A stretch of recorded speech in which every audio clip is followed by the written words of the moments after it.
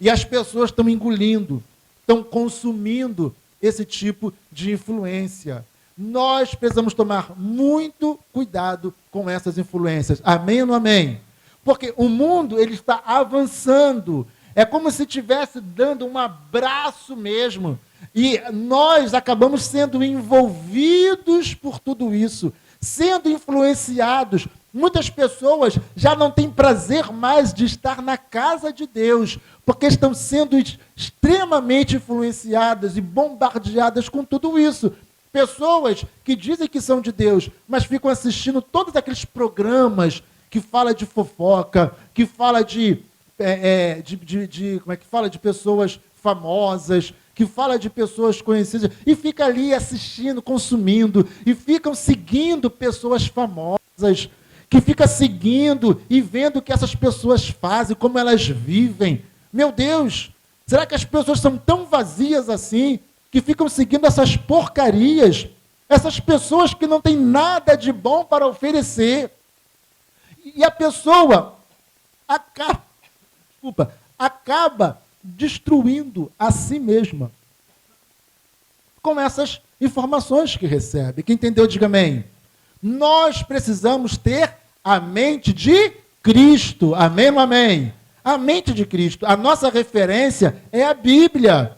Deus é aquele, né, que nós devemos olhar e seguir, em o nome de Jesus. Amém ou amém? Então, Gênesis 3:6 vai falar dessa experiência de Eva. E viu a mulher, Eva, né, que aquela árvore era boa para se comer e agradável aos olhos, e árvore desejável para dar entendimento. Tomou do seu fruto e comeu. E deu também a seu marido, e ele comeu com ela. Então, Eva, ela viu, ela começou a enxergar a árvore a partir da influência que ela recebeu. Eva começa a olhar para a árvore, para o fruto da árvore, de acordo com as palavras que lhe foram proferidas, de acordo com aquilo que a serpente disse para ela. E ela passa a olhar de maneira diferente. Então nós, né, temos que tomar muito cuidado com aquilo que a gente ouve. Tudo começa pela visão, como falamos lá no início, não é? Tudo começa com uma visão. Tudo começa com uma visão. A candeia do corpo são os olhos, de sorte que se os teus olhos forem bons, todo o teu corpo terá luz. Se, porém, os teus olhos forem maus, o teu corpo será tenebroso. Se, portanto, a luz que há em você são trevas, serão grandes as trevas e você vai viver nessas trevas. Por quê? Porque a tua visão passou a ser uma visão de trevas, passou a ser uma visão de escuridão. Se a tua visão for luz, se a tua visão for boa, é por essa luz que você vai andar e pautar a tua vida. Mas se a tua visão for em trevas, se aquilo que você vê é negativo, tem pessoas, por exemplo, que só enxergam coisas ruins e negativas à sua volta. Tem pessoas que estão sempre achando que tudo vai dar errado. São pessimistas. Tem pessoas que, por exemplo, aqui tinha uma pessoa, né, já até se foi, né, a irmã já até partiu, já está com o Senhor, mas todas as vezes que ela ia devolver o dízimo dela, ela falava assim, é a mesma mixaria de sempre, é a mesma mixaria, não dá para nada isso aí. Na hora que ela ia entregar o dízimo, porque naquela época nós abençoávamos pessoalmente, orávamos a mão da pessoa na hora que a pessoa entregava, e ela vinha todo mês. Ela vinha, é a mesma mixaria, é a mesma coisa de sempre, não dá para nada. Sempre falando isso. Na hora de devolver o dízimo, em vez de ela abençoar a sua vida financeira, ela amaldiçoava a sua vida financeira. Quem entendeu, diga amém. E isso é uma coisa tão séria. Por exemplo, eu tive aqui pelo menos 2 experiências nessa época, que nós recebíamos ali individualmente, os dízimos, de pessoas que quando eu fui receber o dízimo e botar a mão e orar, na hora de orar pelo dízimo, a pessoa caiu endemoniada mesmo, e a gente não mandava manifestar, não. Quando orávamos pelo dízimo, simplesmente apresentávamos a Deus. Ó Deus, apresenta agora o dízimo da tua serva, que o Senhor abençoe a vida financeira dela, prospere, multiplique, em nome de Jesus. Era uma oração básica, mas na hora que eu ia orar, manifestava demônio. É um momento muito sério. Então, uma das coisas que eu faço quando vou devolver o dízimo é agradecer a Deus. Deus, obrigado por poder devolver o dízimo. Deus, obrigado por tudo que o Senhor tem me dado e feito na minha vida. Amém, amados? Porque é uma coisa séria. Mas tem pessoas que vivem, né, de maneira negativa, amaldiçoando o tempo todo a sua vida, as suas atitudes, achando que tudo vai dar errado o tempo todo. Ela não consegue andar pela fé, viver pela fé, crer que há um Deus poderoso, crer que há anjos do Senhor ao seu derredor, guardando ela. Tem pessoas que não conseguem enxergar nada pela fé, não conseguem ter essa percepção da fé, que não vivem pela palavra de Deus, que não vivem declarando a palavra de Deus. Na semana passada, eu contei aqui a experiência de duas jovens adolescentes que se marcaram, né? Fizeram pacto brincando, pacto com o diabo, brincando, escrevendo o nome do diabo e outras palavras assim no seu próprio corpo com castanha de caju. E elas nunca tinham vindo à igreja, nunca. Aí estavam perturbadas, não conseguiam dormir, viam vultos e tudo mais, e pararam aqui dentro, tropeçaram e caíram aqui dentro, né? E aí, na hora da oração, manifestava demônios violentos nas duas meninas que tinham lá os seus 16 anos, 15, 16 anos. Eu contei essa experiência na semana passada. E elas começaram a ser violentas com uma obreira, uma senhora de idade, e o demônio começou a falar, né, a ameaçar a irmã. Eu falei, demônio, que isso? E ele falou, não, eu posso matar ela se eu quiser. E eu falei assim, você pode matá-la? Posso. Olha o sangue de Jesus que está na vida dela. E quando eu falei isso, os demônios começaram a se afastar daquela irmã, que era uma obreira, se afastar, gritar e se apavorar. Porque pela palavra eu declarei aquilo que era uma realidade, o sangue de Jesus na nossa vida. O demônio, então, estava ali peitando, ameaçando.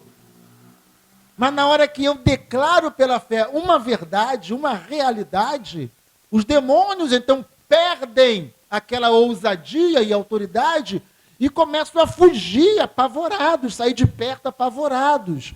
Porque é a aplicação de uma verdade bíblica pela fé. É quando a gente declara pela fé. Amém ou amém? É quando a gente declara as bênçãos de Deus pela fé. É quando a gente começa a viver declarando as bênçãos de Deus na nossa vida pela fé. Amém ou amém? É quando a gente começa a viver essa fé. Então nós temos que ter percepção que há algo muito mais amplo do que simplesmente aquilo que está diante dos nossos olhos. Existe um mundo espiritual além do que os nossos olhos conseguem enxergar. Amém, amados? Então, cada pessoa enxerga de uma forma peculiar, a visão, uma percepção que temos a partir das nossas experiências. Eva olhou para a árvore, já falamos isso, já lemos o texto.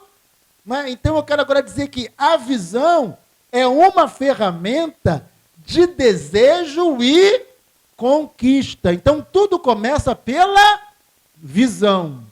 Tudo começa pela visão. Vamos repetir isso, diga, tudo começa pela visão. Então quando eu trago para você aqui, que eu falei semana passada, repeti hoje, e estou repetindo agora, mais uma vez, não é? Quando os demônios começam a peitar, a serem ousados, intimidadores daquela senhora, daquela irmã, obreira nossa. E eu falo, demônio, então, olha, vê, enxerga o sangue de Jesus agora que está sobre ela. Quando os demônios ouvem aquilo, eu estou falando agora, você vai ver. E eles viram o sangue de Jesus na vida dela. Que estavam ali. Já estavam ali. Quando os demônios enxergam, eles saem apavorados.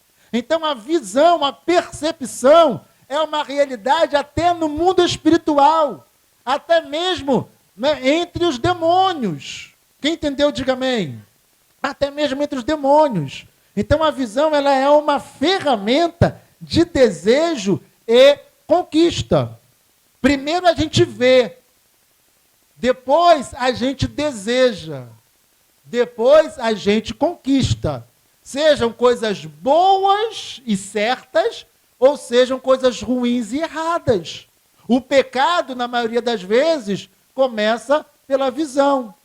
E as boas obras também começam pela visão. E isso é tão interessante, os homens aqui, não é, vão saber disso, mas as mulheres hoje também, não é? As mulheres também.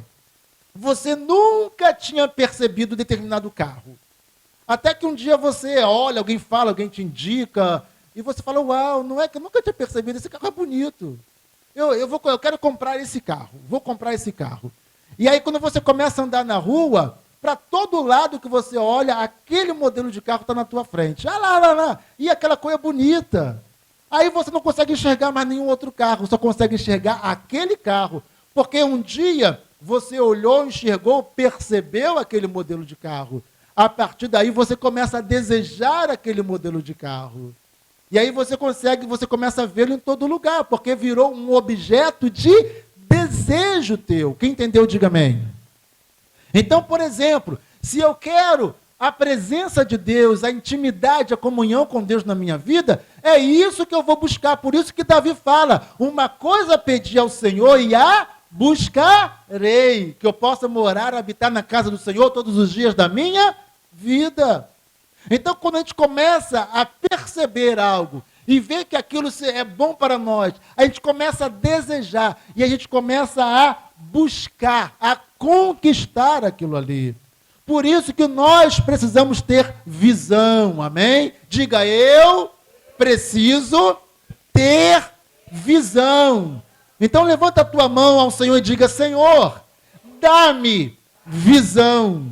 Senhor, abre os meus olhos para que eu veja, para que eu enxergue, para que eu perceba as boas coisas que o Senhor tem para a minha vida. Amém. E que assim seja na tua vida. E que Deus te faça enxergar e viver e alcançar e conquistar. Então a visão é uma ferramenta de desejo e conquista. Quando aquilo que você vê é errado, é pecaminoso, você precisa eliminar da tua vida.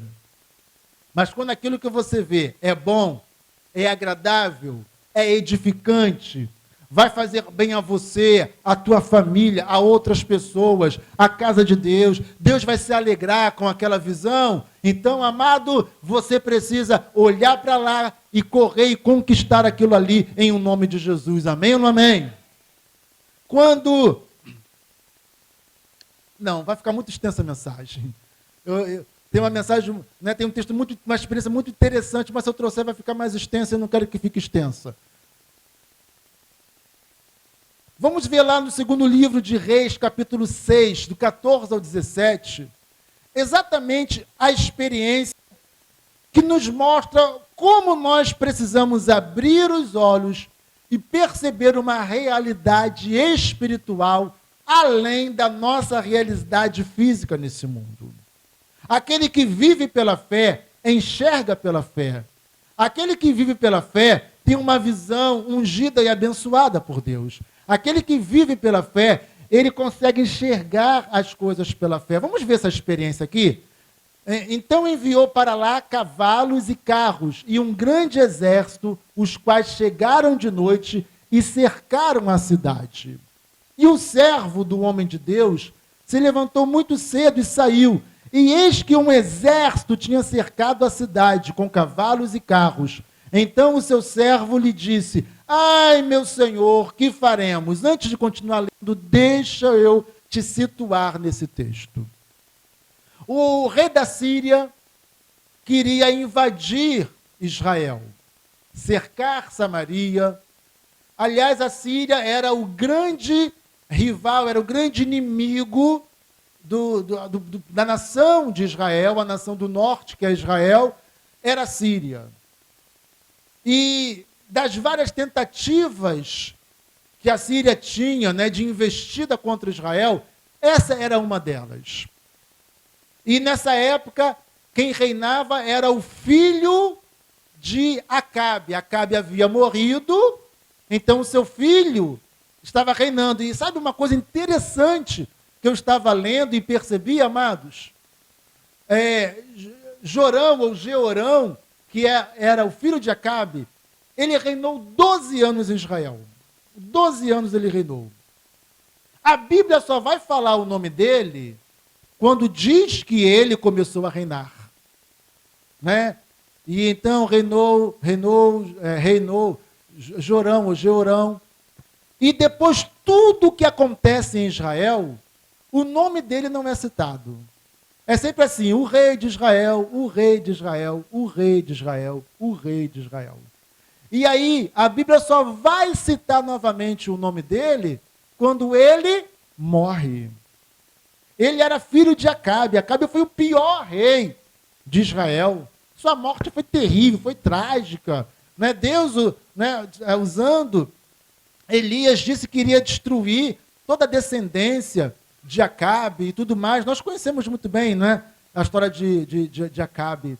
E Jorão, ele não é citado só o rei de Israel, o rei de Israel, o rei de Israel, o rei de Israel. E é nessa situação, talvez daqui a pouco eu fale o porquê.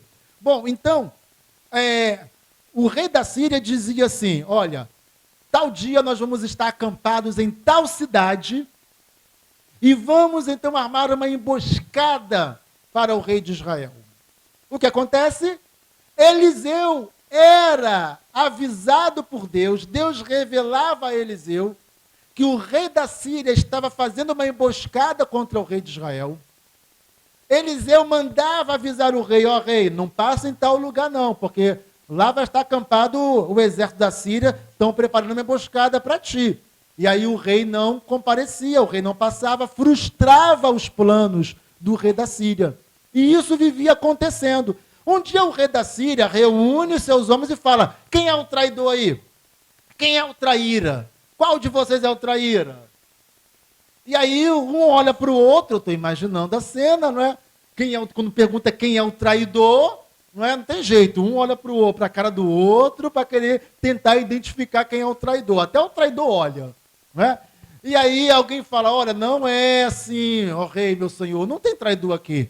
A questão é que Deus revela a um profeta de Israel aquilo que o Senhor fala, pensa lá na sua cama, tudo que o Senhor planeja na sua cama de fazer, Deus revela ao profeta lá de Israel e ele avisa ao rei de Israel.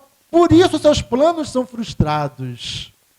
E então o rei manda buscar o profeta.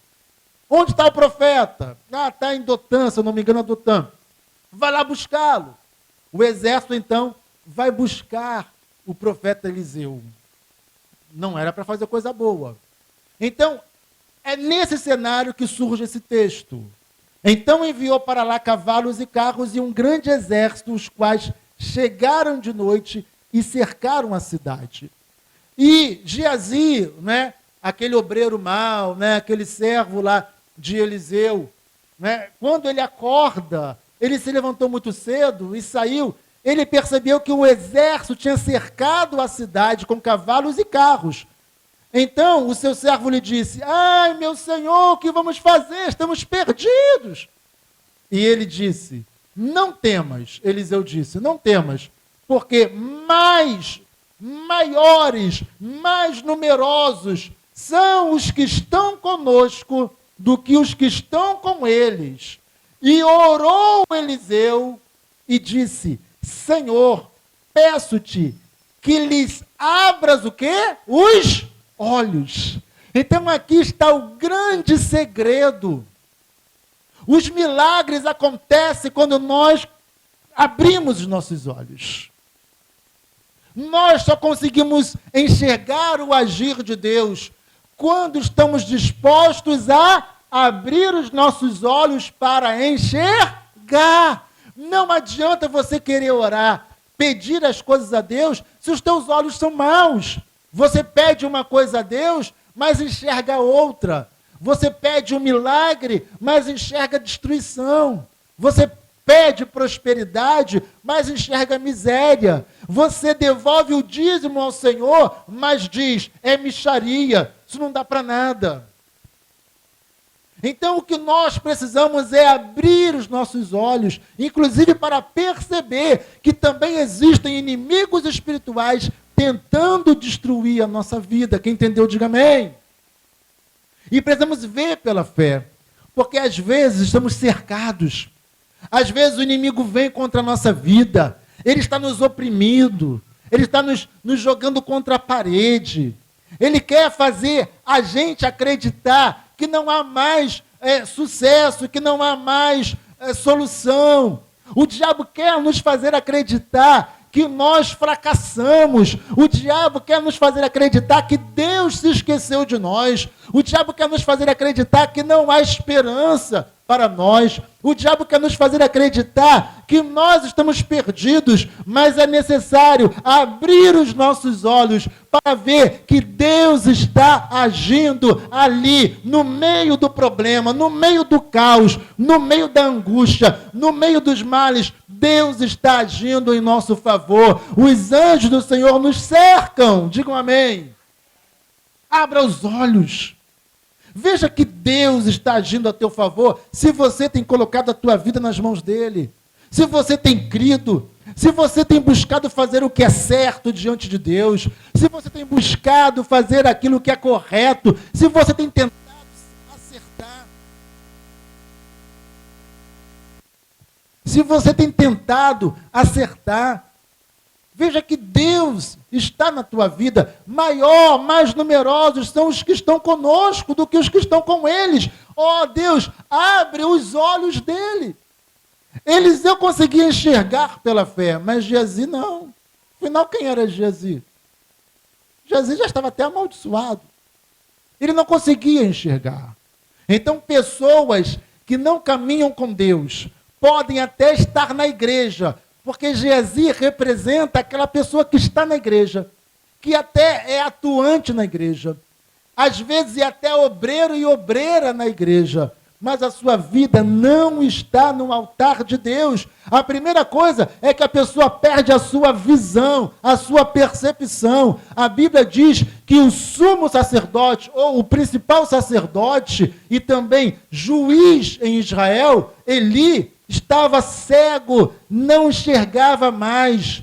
E ele não enxergava o que os seus filhos, maus, perversos, ímpios, filhos de Belial, faziam de errado. Se prostituíam na casa de Deus, roubava o templo, roubava o povo, eram maus, eram ímpios, eram iníquos diante do Senhor. Mas Eli não queria enxergar essa realidade. Tem pessoas que não querem enxergar a realidade. Tem pessoas que não querem olhar para si e enxergar a sua própria realidade. Tem pessoas que não querem olhar para elas mesmas e ver, meu Deus, eu preciso mudar a minha vida. Meu Deus, eu preciso parar de fazer isso porque isso aborrece o Senhor.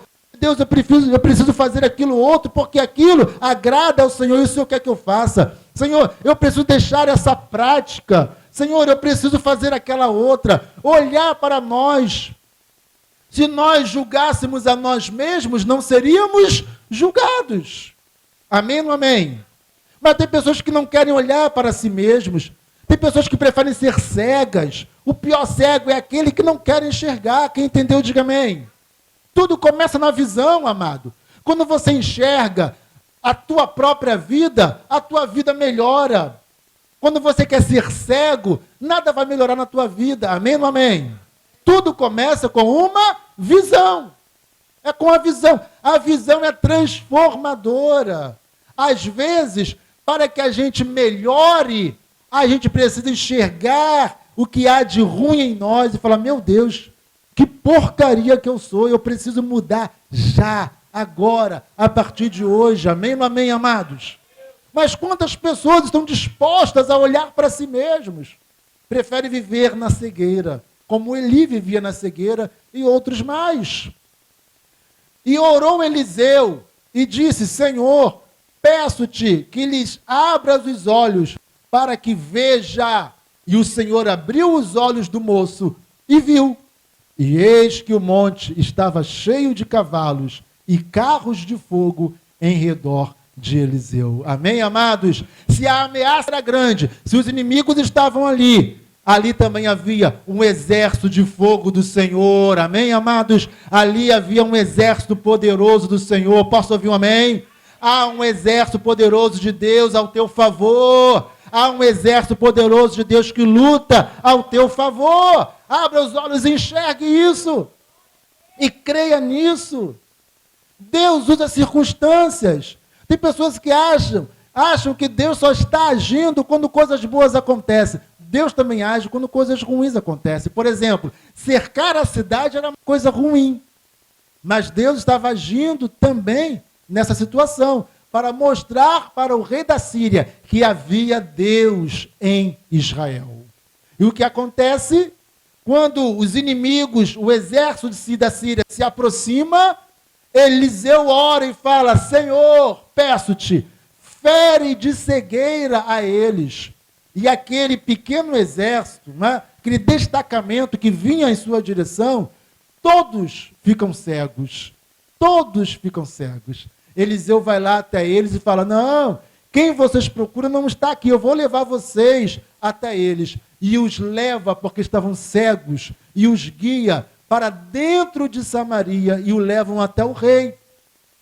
E lá eles viram reféns do rei. O rei fica todo bobo e fala: vou matá-los, vou matá-los. Não, não vai matá-los. Você não vai matá-los. Você mataria aqueles que você fizesse prisioneiro? Não. Coloque uma mesa para eles, eles vão comer, vão se alimentar, e nós vamos liberá-los para que eles voltem para a Síria. Amém, amados? E aí, naquela hora, Eliseu ora de novo para que Deus abra os olhos dos seus inimigos. Quando eles abrem os olhos, estão cercados dentro de Samaria.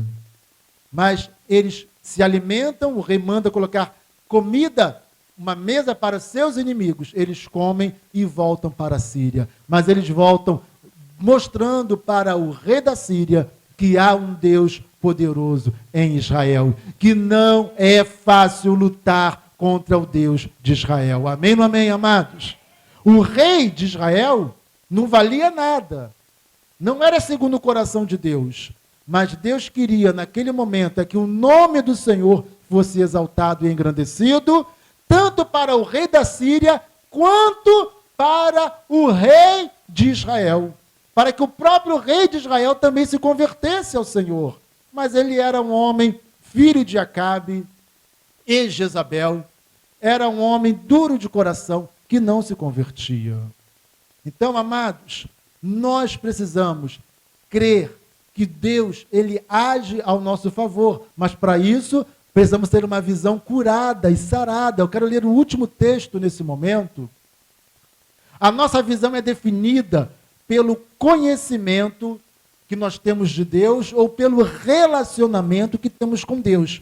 Então, por que muitas pessoas têm uma visão ruim? Porque não têm se relacionado com Deus. Porque não têm conhecimento de Deus. Porque não tem intimidade com Deus. E quando você perde o relacionamento com Deus, quando você perde a intimidade com Deus, você começa a enxergar o mundo de outra maneira. A tua visão começa a ser danificada. A pessoa, quando está ali na intimidade, comunhão com Deus, em santidade, ela enxerga de uma maneira. À medida que ela vai perdendo a santidade, a intimidade e a comunhão com Deus, ela vai começando a enxergar as coisas de outra maneira. Ela começa a ter a percepção de outra maneira. Então, a nossa visão, ser luz ou ser trevas, ser boa ou ser ruim, ser positiva ou ser negativa, tem a ver com o nosso nível de relacionamento com Deus, com o nosso nível de intimidade com Deus. Quem entendeu, diga amém. O teu nível de intimidade com Deus define a visão que você tem, a percepção que você tem, inclusive de pecado. Às vezes nós começamos a pecar e a gente não percebe o pecado, não sente o pecado, porque estamos ficando cegos, porque não temos intimidade e relacionamento com Deus. Mas a intimidade e relacionamento com Deus limpa a nossa visão. A gente começa a enxergar com a ótica de Deus. Amém ou não amém? Eu quero então ler esse texto que está lá em Apocalipse 3. Apocalipse 3, do 14 ao 18. O Senhor Jesus glorificado, ele vai dizer então para a igreja de Laodiceia, ao anjo da igreja em Laodiceia, escreve: isto diz o Amém, a testemunha fiel e verdadeira, o princípio da criação de Deus. Conheço as tuas obras, que nem és frio e nem quente. Como muitas vezes nós nos colocamos, nós somos mornos, nem frio e nem quente. Nem estamos ali na presença de Deus, uau! Eu quero Deus, eu quero mais de Deus, Senhor, eu quero a tua presença na minha vida. Mas também não estamos no mundo, olha, deixa as coisas de Deus para lá, eu vou viver o mundo. A gente fica na mornidão, em cima do muro. Deus nunca gostou de pessoas que ficam em cima do muro. A pior coisa é a mornidão, porque a mornidão tira de nós a percepção. Se você cai numa água gelada, você, ai meu Deus, água gelada. Não é isso? Sim ou não? Se você cai na água quente, a água está quente. Mas se a água é morna, você não sente nada. Você não tem percepção. Ela te relaxa, te acalma e pronto. Deus não gosta de mornidão, porque a mornidão tira de nós a percepção, a sensibilidade do que é certo e errado. E além disso, o que é morno provoca vômito. Então, conheço as tuas obras, que nem és frio nem quente. Oxalá foras frio ou quente. Assim, porque és morno e não és nem quente e nem frio, vomitar-te-ei da minha boca. Porquanto dizes, sou rico e estou enriquecido e de nada tenho falta, e não sabes que és um coitado e miserável e pobre e cego e o quê? Nu. Então pessoas que não têm intimidade, comunhão, que não se entregam, que não vivem um relacionamento íntimo com Deus, que não levam Deus a sério, que não se comprometem com Deus, são pessoas mornas. E pessoas mornas não agradam a Deus, porque a fria gelada, Deus fala, temos que tirar de lá, tem que ser resgatada, tem que ser trazida de volta. A quente é aquela que agrada a Deus, mas o morno não. O morno nem lá nem cá, não, deixa. E ele acha, o morno acha que está tudo bem. O morno acha, não, está tudo bem, tá tudo bem. Ele começa a enganar a si mesmo. Ele tem uma visão deturpada, ele se torna um cego espiritual. Quem entendeu, diga amém. Um cego espiritual. O morno, ele acha que está tudo bem na sua vida. Não, está tudo bem, está tudo bem. Deus sabe isso, Deus sabe aquilo outro. Está tudo bem, não, eu vou até melhorar naquilo ali, mas está tudo bem. Ele é morno, ele não tem sensibilidade, ele não tem percepção. E o Senhor fala, eu vou te vomitar.